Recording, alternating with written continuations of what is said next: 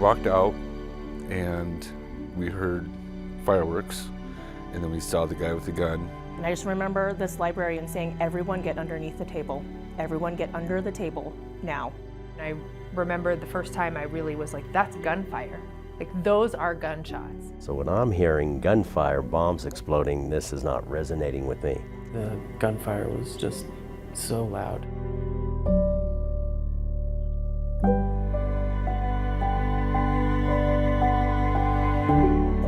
Well, he shot me 4 times and I blacked out. So I remember saying the Our Father when I heard the gunshots coming in through the library. One of the first couple shots that they took were at our table.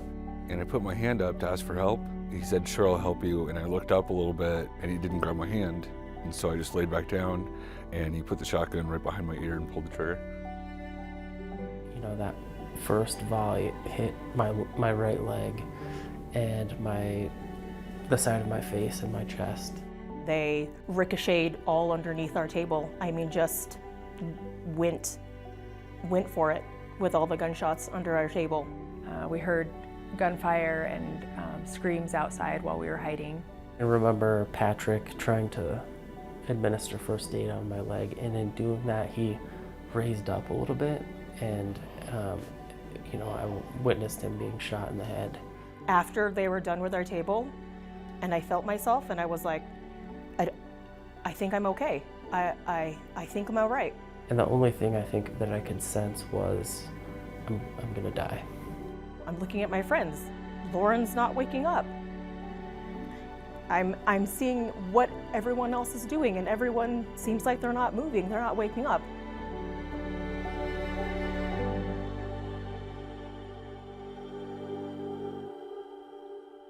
Good evening, I'm John Ferrugia. Welcome to Insight. In the past 20 years since the mass shooting at Columbine High School, the names and faces of those who were murdered are etched in our memories as a reminder of that horrific day. They will not be forgotten. But experts tell us that even with all we've seen since Columbine, school shootings are extremely rare. Statistically, a student is 15 times more likely to die in a bicycle accident than to be killed in a school shooting. Even so, when Columbine is included, a comprehensive survey by the Washington Post shows that about 223,000 students have been in schools where shootings have occurred, more than 6,000 students in Colorado alone. And that creates not only trauma in our communities, but fear. Since Columbine, survivors have been on a journey of recovery. Tonight, you'll hear in their own voices how the events of that day continue to ripple even now in their lives and the lives of their families. And while they continue to deal with both physical and psychological scars, theirs is a message of hope. I'm Tawada. I was a senior when Columbine happened. I saw one of my friends die and everyone else shot around me.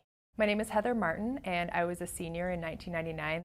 I was barricaded in the choir office. There were 60 of us in there for about 3 hours. I'm Frank DeAngelis, former principal at Columbine High School. My name is Makai Hall. I was in the Columbine High School library.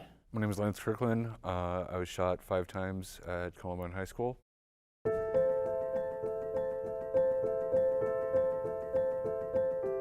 It was somewhere around 35 surgeries, I think. That first, year, 2 years, feels like, every other month I was having something done. Just got to the point in 2001 where, I found out that I was going to be a dad and was trying to, pay my own bills and live out on my own. And it was just too much at that time, mentally and physically, to just keep doing surgeries, so I stopped. I don't remember freshman, I don't remember my sophomore year, I don't remember my junior year, I don't remember graduating, barely. I remember Columbine. I mean, there definitely is survivor guilt, which I felt. I still feel. It's palpable, it's real. Why didn't I put myself in front of the gun instead? Why didn't I roll my body over Lauren? Why didn't I pull Gina out with me? It was more of like punishment, essentially, because I wasn't injured. I was really angry at God, really upset. Just why was I still alive? Why didn't I get hurt? Why am I still here? I got into this cycle where it was like it was on repeat, and all I could think about was how bad it was for me and how horrifying it was. The images of the shooting were pretty clear, and the violence of it, seeing people maimed and hurt and dead, those things, you know, kind of, it took a while for them to leave. I was very depressed, very angry. I couldn't get over the fact that I had gone through something and I felt like the world owed me something. The first couple months were really hard because I didn't want to be alone. It's a little bit different as a physically uninjured survivor. You don't have a physical reminder that you can see, so it's all up here, and trying to deal with that and cope with that is, I think, different.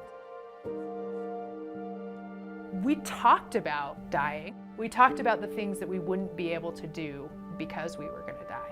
And people were like, oh, what was that like? I would just be like, well, imagine what kind of psychological damage it would be if you're sitting in a place for 3 hours knowing that you're going to die and just waiting.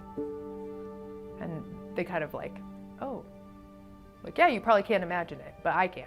My younger sister was a freshman and she got out right away, and we wouldn't leave each other's side.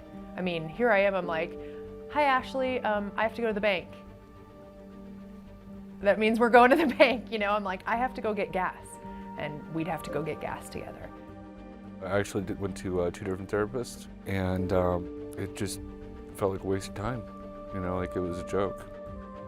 You're a young person, you went through a terrible trauma, these counselors are available for you, you should go talk to someone, you should go seek someone out. I think I just wasn't in that place. One thing I didn't remember until much later was that the fire alarm was going off the whole time. It was actually about 6 months later when I was in college, and they did a fire drill and the fire alarm went off, and I just started crying in the middle of the class. And that's the first time that I can really remember being completely blindsided by a trigger.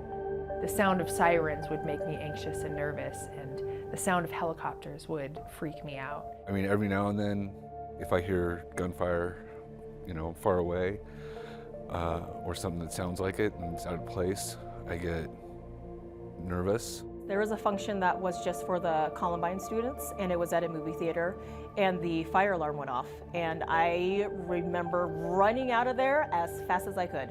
And my friends followed me, and they were like, what's going on? I was like, it's just like in the library. It's just the same noise that I heard when I was in there. And so everything just came to a halt, and I could hear just the alarm blaring and just glass shattering again, and the shots going around me. I love to hunt, and so it was important to me to not be afraid. So as soon as I could, I went and, you know, shot my shotgun just to, I knew that I could do it, but I had to confirm it as fast as possible. I eventually dropped out of college. I developed an eating disorder to try to sort of gain that control back. I started using drugs. I'm lucky that they weren't addictive.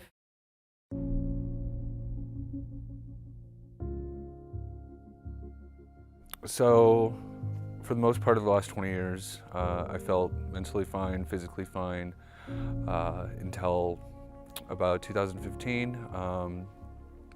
I got really stressed out, and I think the stress and the pressure kind of broke me, and finally, you know, I was dealing with post-traumatic stress disorder, and you know, was drinking a lot to try and help myself, you know, self-medicate.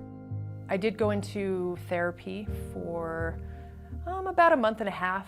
It really helped me just because they gave me permission to feel traumatized. I think for a long time I tried to play that off like it wasn't that big of a deal. I didn't speak about it much, but it, you know, it had a big effect. I was young, I was a boy, and so that made a big impression. It created a lot of fear, which I kind of had to work through. So many of these kids told their parents, I don't need help, I'm fine, I'm fine. And originally there were not some issues, but 10 years out, 15 years out, 20 years out, they're struggling. Physically uninjured survivors feel like they don't have the right because they didn't lose a loved one or they weren't shot. I did not ever go to counseling.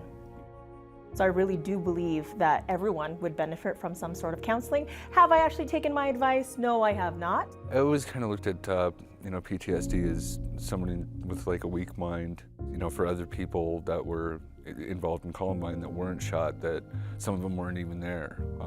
For them to say that they had it, I just kind of called BS. But now seeing it in myself, I'm more sympathetic. I understand that you know, it can happen to anybody and it can be there and you never really even notice it. I feel like it set me back 5 to 10 years, you know, in like how a typical young man would develop. Because I never, you know, noticed it. And I figured that if you do have something like that, the symptoms are going to be immediate. You know, it's going to be right after the event. So I thought that since it had been, you know, over 10 years, that it didn't affect me. I actually started speaking out in different church groups. I think for me, it helped for my own healing, and it also helped them see what I had gone through. I've been in treatment and continue to go to therapy to try and put the pieces back together as far as how to deal with the stress.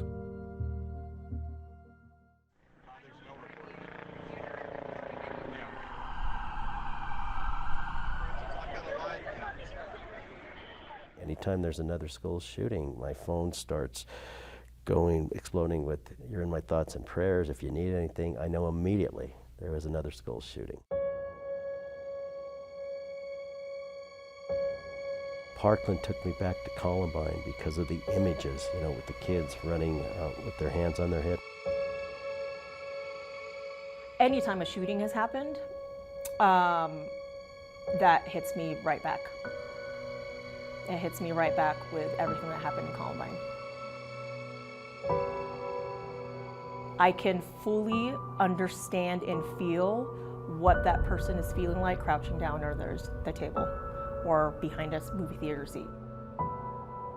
What ends up happening is I have these skills now. Something I learned from my counselor is something known as touchstones, and I have 2 medals around my neck that as soon as this started happening, my heart started racing. I just grabbed them saying, this is not April 20th, 1999, this is February 14th, 2018. I think the last time that I had a really bad episode like that was after Sandy Hook. You know, those thoughts all come back, like why do these things still happen, and you know, what causes them? Like we have to fix this.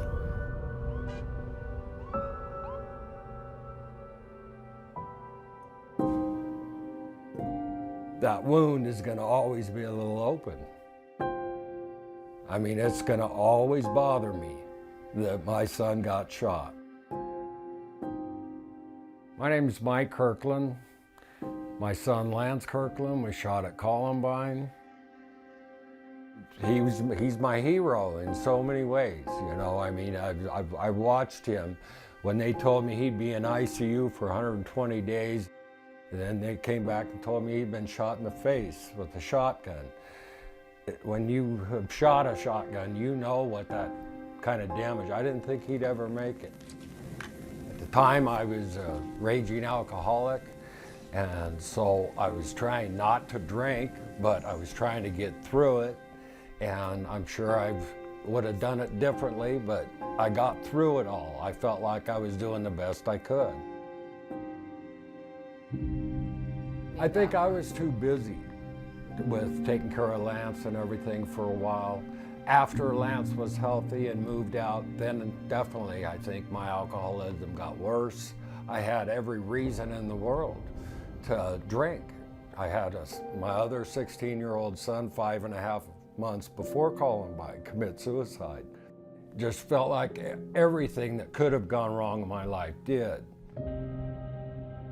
All of this stuff hurts, so you want to get away from it. There isn't walking away from it. You can't do that. But you move on. You know, you got to keep going and life will get better. What I'm seeing now, just within the past year, former students are calling me and saying, Mr. D, I need some advice. My kids now are 7, 8 years old, and they're hearing about Columbine, and they want to know, Mommy, Daddy, where were you when Columbine happened? Girls, where are you? I have 3 kiddos. Oh, to get jelly now? Grace, Miley, and Clara. And I'm married. That's important. I felt like I have gotten out of that cycle of putting things on repeat in my brain, and now I've got this family that I put my energy into. It's been probably the best thing I've ever done. Hot, please. You know, I stated it plainly. I said when I was a boy at my school, somebody shot me, and they were very angry. It's a very unusual thing to happen, although it does happen more and more. They seem to receive that in a positive way. You guys ready? Okay. I don't want to transmit my fear onto them. I wish they could live like I did before Columbine, where, yeah, school is a safe place to go, and there's no need to have a crippling fear about going out and living your life.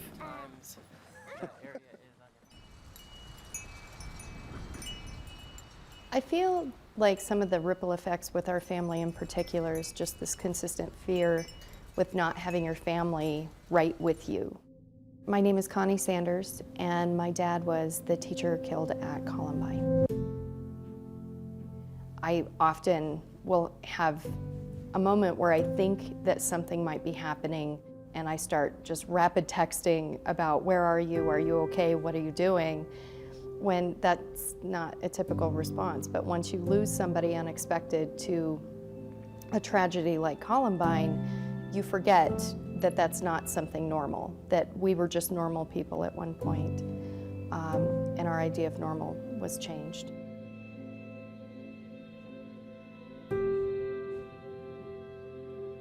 My dad saved hundreds of kids. He was outside and he saw what was happening and ran into the cafeteria and jumped up on the tables and told everybody to get down and move out. And then he ran up the stairs towards the library, I'm guessing to try to tell more kids to run and hide, and he was shot right outside of the library.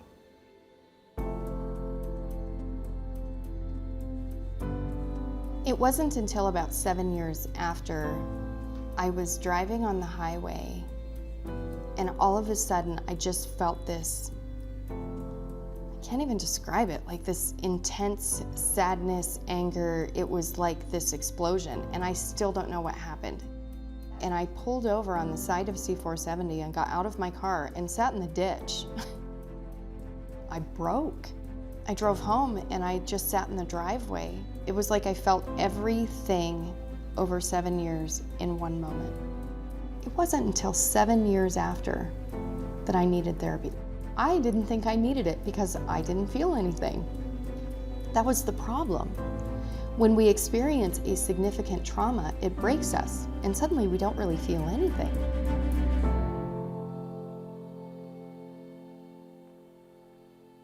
My name is Mallory Sanders. Dave Sanders was my grandfather. He was more of a father figure to me. My name is Amber Sanders. I lost my grandfather. I lost a big piece of everybody around me. They will say, well, it's been, how many years, just let it go. Or, how did this affect you? You were just a baby. When the Columbine shooting happened, I was 7 years old. Nobody understands the long-term effect of growing up around it. I felt disconnected from the girls for a good portion of their childhood because I was so distracted by this horrific thing that happened to our family at Columbine. I grew up having to go to therapy. I grew up terrified of alarms at schools.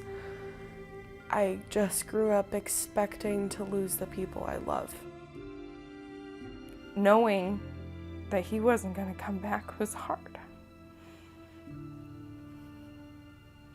But I didn't always show how I felt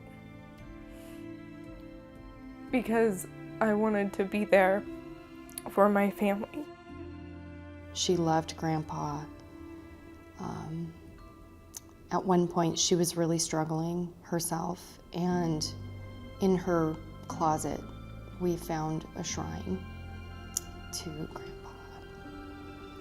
She had been struggling for years and didn't say anything, and I realized it's because she was trying to be strong.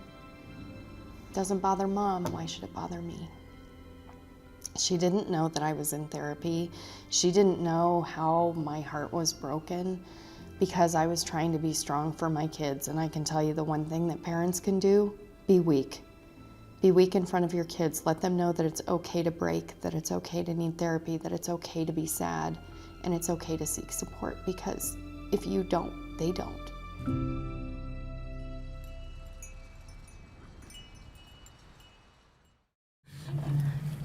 So I definitely did become a nurse because of Columbine. More specifically because when I saw Gina, who was my very good friend at the time, injured, and I remember just breaking down at the hospital when we visited her. I was just watching these nurses and the medical team like going in there and taking care of her, and I was like, I want to be someone who takes care of someone else when they can't do it themselves. There are 21 patients currently. I remember visiting the hospital a lot, and I remember admiring the healthcare personnel and providers, and always thought that that was something that I could possibly do. There's the part that I feel I'm able to comfort somebody, but I also have been able to be comforted by being able to serve in that capacity. I think I can listen to what your story is. I am co-owner of a private practice, a mental health practice. We are forensic therapists working with people involved in the criminal justice system and trying to reintegrate back into society. I was going to be a business major until I took an abnormal psychology class. In that class, I started thinking about the two boys that murdered Dad, and I thought, I wonder what happened to them. How did they get to that point? Found out the two boys were on diversion in Jefferson County for breaking into a van, and they actually had to receive treatment. And I'm now that treatment provider that provides treatment for that diversion program. There was an invitation from Mr. D inviting the class of '99 back into the school for the 10-year anniversary. And I decided to go. And I was really surprised that instead of feeling scared in that space and in that school and having flashes of that day, it was definitely overshadowed by my happy memories that I had from high school. I really remembered the good things and just how Columbine was my home. I went back to school and I got my teaching license and my English degree. You guys will probably have 4 or 5 paragraphs to put together. Now I'm a teacher. I teach seniors in Aurora. And then read through the story one time together with the pictures. It's the greatest job in the world. My kids will ask me, they're like, what will you do if it happens here? And I'm like, well, I have a plan. I have a backup plan. I've got a backup plan for my backup plan. Right. Like, I've got this worked out, and I just don't want them to worry. I don't want them to feel unsafe. If you find yourself after an experience like this in a bad place, it's not hopeless. There's a way to kind of come back to the light. Noticing my symptoms and being able to deal with them, that gives me hope and, you know, for a brighter future. It's okay that I'm changed, and it's okay that I'm not the same person that I was before the shooting, because none of us are ever going to be that person again. There's a reason why I survived. Because I survived, I'm a stronger person. Because I survived, my daughter is here, my son is here, I'm married, I have people around me that love me, I'm God-fearing. Because I survived, I have something to do in this world. For people that are new to this journey, I want them to know you can survive. The things that we're given are all miracles. This day is a miracle. Each breath I have now is a miracle. We have made it through, and it's been ugly at times, but I think the number one thing that people need to know is you'll get through.